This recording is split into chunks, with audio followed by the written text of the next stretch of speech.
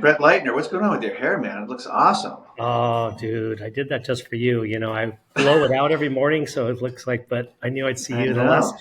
I think of the times you come up, and I think once you bushed up my hair. Yeah, I might have put my fingers through it once or twice. It's gotten weird once or twice, sure. But when you have that good of hair, it's going to happen. I like seeing the pictures of you when the hair was really long and stuff too. Some of those older ones. I've seen yours too, by the way. Yeah, Yeah. yeah.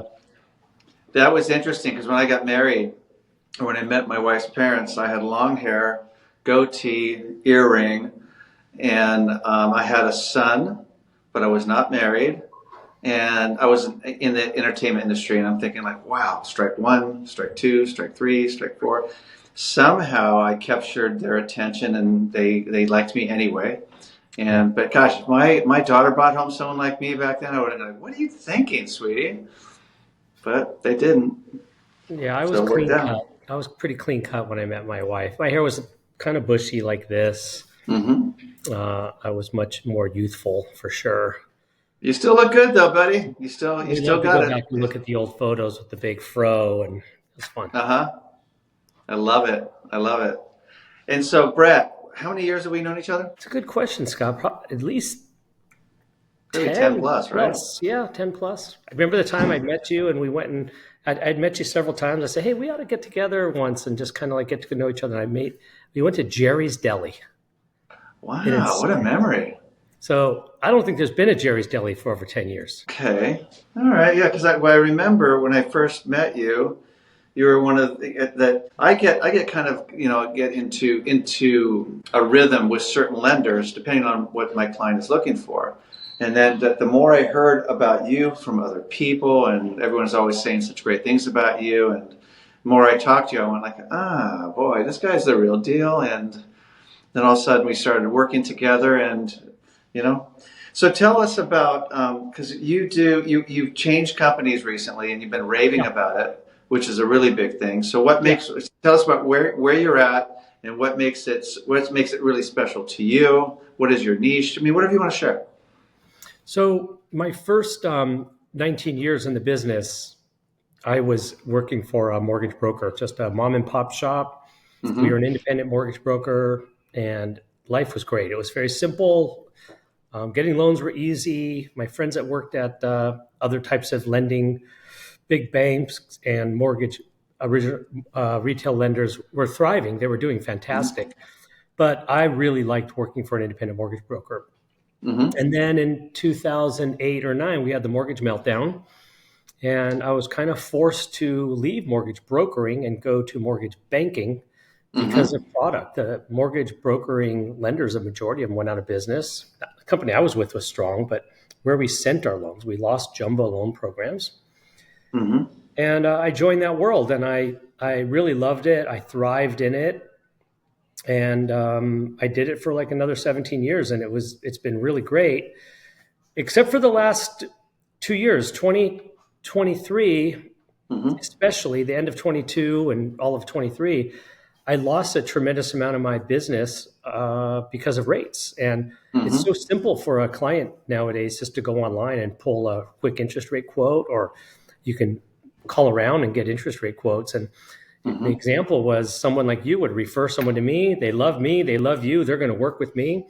They go into contract, and then all of a sudden I give them a rate quote, and they say, Brett, how come your rate's 0.25% higher than what I'm finding everywhere else? Right. And I didn't know that my rates were 0.25% higher, and in some cases a half, but I lost a lot of business. And I Mm-hmm. hope I didn't really do any reputational damage. But I learned that the independent mortgage brokers, the wholesalers, as we're known, instead of retail, I'm now wholesale, we have the Mm-hmm. lowest rates. So I went back to that a year ago, and I'm just loving it. And not only is it great to know that I can quote rates to anybody and not be worried about anyone finding a better rate elsewhere, I have as much, if not more, product, and we have the best technology. And I submit my loans to the largest mortgage company in the United States. So it's not like I'm working with a nobody. I'm working with the largest mortgage company in the United States, the fastest, the largest, the best capitalized. So I love it. That must be so refreshing to be with a company you feel just better about, and knowing that you can deliver something in a different way. And I Yeah. think it's really says a lot about you that when you saw what was going on, that you made the adjustment because you wanted to do better by your clients and stuff. So I think that's fantastic. And you know me well enough to know that if you were to refer me a buyer, my loyalty is to you and the buyer. Hmm. And third, me. I'm last in line. I'm the low man on the totem pole. That's the way I like it. I want I want you to get the sale. I want them to get the home they love. And in a perfect world, I'd love to get their financing. But Hmm. it's not essential. The essential part is they get the home. And if somebody else has better financing or they have a family friend that can do it or what it's Hmm. then it's a win. I totally agree. It was interesting because remember when we first met too, I told you the way I like to do it is I like to introduce you and then like a direct lender like a Wells or a Chase or something like that, see where the best fit is. And I remember what I liked so much about you is that you said, that sounds great. And you would always say, you know, if you were the right fit, great. If you weren't, you go, oh no, so and so is the right fit. And I just thought that showed, again, a lot of integrity and honesty and knowing that you were really going to look out for the client and it wasn't just about you, just like you just said. Yeah, thank you. Well, you do that really well, by the way.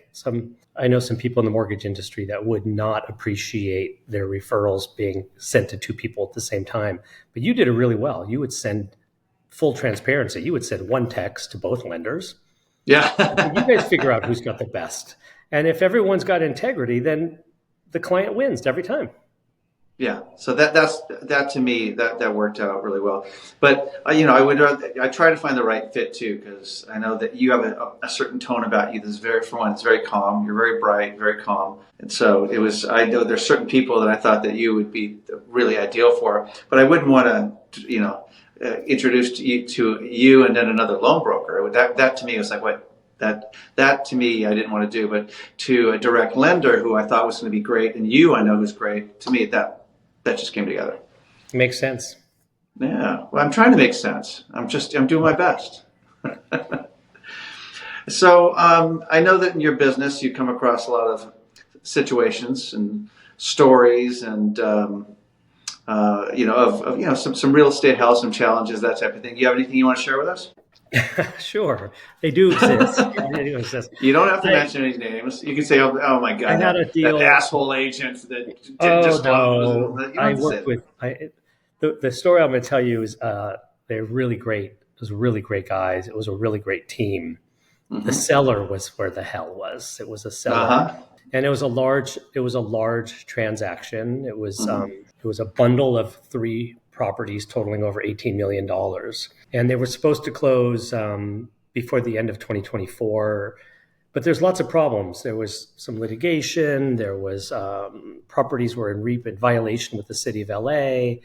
There was open building permits. There was 18 vacant units. It was a lot of hair on this deal. So the Mm-hmm. buyers needed more extensions to get to complete their due diligence, and we got them a loan that encompassed three separate loans, three separate properties, um, and a construction component for about $1.3 million to complete the rehab on the property. Mm-hmm. And then the seller, I think he had seller's remorse. He had originally had this thing listed for over $30 million, and he ended up selling it to these guys for a little over 18. So he was a little That's a bummed. big haircut. So when they needed an extension, he said, "I'll give you an extension. It's $10,000 a day Mm-hmm. per property, so $30,000 a day Mm-hmm. for the first 5 days, and then I'm going to charge you a $15,000 a day penalty after that." And we Wow. were ready to close. We Mm-hmm. did what we needed to do, but the buyers had attorneys and the lender had an attorney, and it would take them about 10 days to review loan documents back and forth.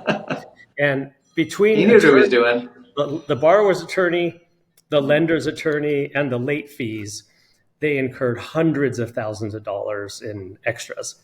Now, in the scheme of things, it was a huge win. The buyers were ecstatic. They bought this property. Realistically, they'll make $7 to $10 million on it in under a year, so they're doing okay. But it Mm-hmm. was stressful. Why didn't when they needed that extra time, why didn't the seller just say no and go back to market to see if they get more? I think he probably realized that they'd be tied up in litigation. Oh, I know. Excuse me. We got one of the three properties closed, and it was a Okay. package deal. They're linked together, so you buy one, you have to buy all three. So he had to stay in contract. Okay. Question. Okay. That's what I've always found interesting about you too. Is you always find a creative way of making things work too. I've called you and asked you, and you said, "Well, what do you think about this, Scott?" And I'm like, "Shit, I didn't even think about that." You're an out of the box thinker. That was a fun one. Yeah, thank you. I always say I love the easy ones, but I usually get the calls for the difficult ones. Uh huh. Well, you're the right guy for it for sure. And thank you also for always taking care of me over the years too, even with referrals and that kind of thing. It's meant a lot to me. Really appreciate Yeah, that. yeah, you bet, man. You are the first guy that comes to mind for me out in the valley. And I had a friend that was looking to sell a really beautiful hillside home, and buy or sell, trust God now. It just came like boom. It Ooh. wasn't even like a question, right? Oh, I like that. I won't say any names, but I recently ran into one of the clients, and I mean, just lovely. And so it was a joy to work with them, and Oh, that's nice. it was complicated for all the reasons that you know, but at the end of it, I was very happy with the outcome. Yeah. Yeah, definitely. All right, do you have another story for us? I'll tell you one that comes to mind. Mm-hmm. Um, and you may come up on this from time to time, but a lot of people think of mortgage lenders. Okay, I'm going to buy a property. It's $2 million, and I'm going to put a $500,000 down. I'm going to get but let's say they're selling a particular guy that was buying a property for $5 million, and he only had $500,000 down. Mm-hmm. Well, I can't get you a loan, a $5 million property with $500,000 down. But he Mm-hmm. really wanted it. And he talked to multiple lenders, and every lender said no. Mm-hmm. And the realtor, after like going through their whole Rolodex, said, "You know what? I keep hearing that Brett will do these complicated deals." So he calls me, says, "Everyone said no, but can you do this deal?" And I'm like, "Let's hear about it." So he's buying a property for 5 million, 5.1 to be exact. He had Mm-hmm. $500,000 down. And I'm like, "Do you own any other property?" And he goes through the Ah. portfolio of real estate. And then I said, and he owns this lot in Mm-hmm. a border town. He owns this lot, and it's for sale for about $4.5 million. And I said, "Well, why don't you sell that land as an exchange?" I mean, by the way, he had about a $3 million capital gain on that land Mm-hmm. because he entitled it for warehouse industrial. So long story short, I said, why don't we do a reverse exchange? Let's cross collateralize your land, your one of your other rental properties and the home you're buying. And we gave him a $5 million loan on a $5.1 million purchase. So he only had to come out of pocket $100,000. And he Creative. avoided and he avoided about $3 million in capital gains tax. Now, it was fun. It was a huge win. It was a very expensive loan. It cost him about $150,000 in fees, but we estimated he saved about $1 million in income tax. Wow, I love But the it. thing that got me is I don't know the number, but I think they talked to like 7 lenders that all said no. Mm-hmm. Well, that's just a great example of what the stories I always hear about you, and what I've seen in deals that we've done together is that you're the out of the box thinker. I like to think out of the box. Yeah, there you do. Yeah, if your name was Jack.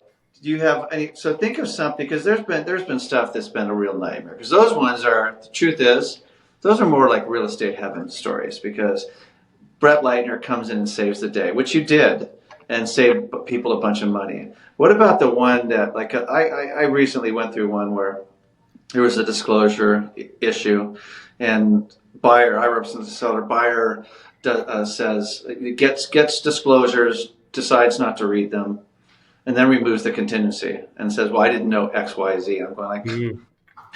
is that really my problem that you didn't read these? I mean, you were given these, and then you remove that contingency, and you were told that, et cetera, et cetera. So that becomes a nightmare. So what we're trying to do is just keep everyone calm and say, "Hey, do you really want to back out of this deal? Because we're going to go after your deposit if you do." That's just the way it's going to have to be. So that's a bit of a nightmare for the buyer and the seller. Do you have something along those lines? You want a war story, huh? I do. Damn straight. Um, It's tough when all your deals just go so smoothly, isn't it? I wish. I'm trying to think of a good one, Scott. That's the kind of stuff that happens a lot. And then, I have another one recently. a simple one. Let me tell you a quickie. You got one? Okay, sure. Yeah.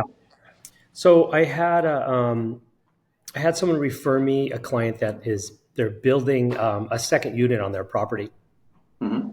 They have this really great low interest rate mortgage that they got. They took cash out, got a bunch of money, tore down the front house. They moved in the back house, and they're building this beautiful front house for them to live in.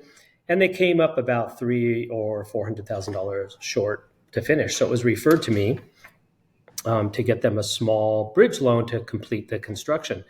And really, everything went well. I mean, it was a perfect solution to their problem, and everything went great until they just went dark. They just completely disappeared on me. Mm-hmm. And it was an expensive appraisal because the appraisal had to do a future value appraisal on a home that wasn't completed, and they had to go off blueprints. So instead of it being like a $500 appraisal, it was a $1,200 appraisal. Mm-hmm. And everything was going forward so smoothly, we didn't have them paid up front. And then we got the loan docs, and they said, okay, we're going to proceed. We'll get the loan docs. So they send the notary over there, and the day the notary shows up, they're like, no, we can't sign today. And then I'm trying to find out, is everything okay? Can I answer any questions? Mm-hmm. Nothing. Total darkness for like 3 days. The docs expire. They go, okay, let's proceed. We draw new docs. Mm-hmm. The notary gets arrangements with them, makes plans to meet them, and they cancel with the notary the second time. Now, keep in mind, the notary has to print out, 150 pages every time this happens. Mm-hmm. They did that until they got to a third time, and then they called and they canceled the transaction with me. Dad decided to just give them the money, and so they didn't have to take the mortgage. So I got stuck holding. I got stuck. There was just a lack of communication. They just wouldn't return emails or phone calls. They never expressed any dissatisfaction with the terms or the rate or me at all. It was odd. It was super odd. And I got stuck holding the bag on a $1,200 appraisal and a bunch of notary trips. And wow, isn't that lovely when someone isn't just upfront about things? yeah, And whenever people go silent, when they go dark, I'm always thinking there's a problem. There's something that's going to happen here. And I'm so relieved when it doesn't. But usually going dark that's what we need. And I don't know what you do, but when I get to that point, I go, okay, I'm patient, and then call the other agent and say, here's how it's going down. We've been reasonable. We want to do this deal, but we're going to give you a notice to perform, not as an aggressive move, but this is the way we operate. This is our protocol. So hopefully you guys will do it. Can we have more time? No, because we've already given it to you, and you guys went dark, so this is the way it's going to go down. And that usually get them moving one direction or another, it seems. yeah. It's your job to really make friends with the other agent, right? And build some rapport with the other agent. One, to get your offer accepted, especially if it's competitive, and then keep it in escrow for successful closing. Yeah. Well, the best thing there's after 20 years in the business is that I know most of the agents in the valley, so I usually know who I'm dealing with, and they know me. So there's almost always a conversation, and the conversation is about, okay, this is what we need. I'm not playing games, but just so you know, this is what needs to happen. And oftentimes, if it's an agent that I know gets the deals closed and I can really trust, does what he says or she says they're going to do, then I want them to have the deal. So if there's 5 offers on the table and he's 5,000 below, I say, well, I think you're the best offer, but we're not paying that extra 5,000. So bring in that 5,000, and I think the seller will go for it. And so it's that communication is crucial. So tell me about a charity that you have a charity that's close to your heart. Why don't you share that with us? I do. I'm on the board of directors of the Los Angeles Guardians. Mm-hmm. I'm new. I'm relatively new. And I say new because it's a charity organization, I believe, that's over 100 years in the city of Los Angeles. Mm-hmm. And I have friends that have been involved, and I went to one of their functions, and it really touched my heart. I have older parents. My parents are 85, and 90.